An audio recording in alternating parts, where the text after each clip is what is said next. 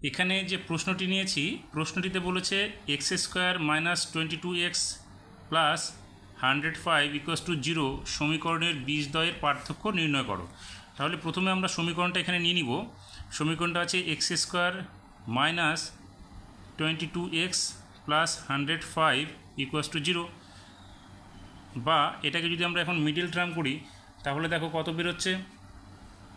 এখানে 105 আছে, 105-এর সঙ্গে দেখো 15-র সঙ্গে যদি আমরা 7 গুণ করি তাহলে 105 পেয়ে যাব, আর 15 আর 7 যোগ করলে আমরা 22 পেয়ে যাব। তার মানে এখানে হবে কি এক্স স্কোয়ার মাইনাস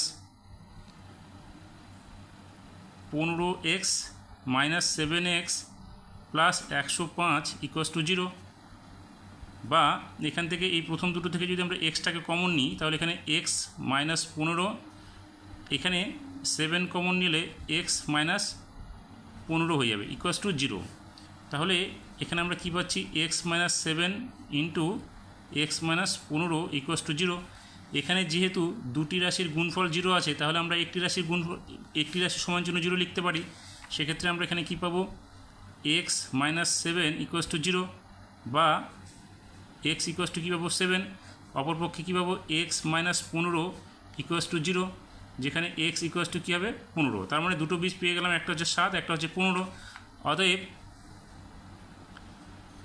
বীজদ্বয়ের পার্থক্য কত হবে, 15 বিয়োগ 7, তার মানে কত হচ্ছে আমাদের, বিয়োগ করলে হবে 8। তাহলে এটাই হচ্ছে আমাদের উত্তর।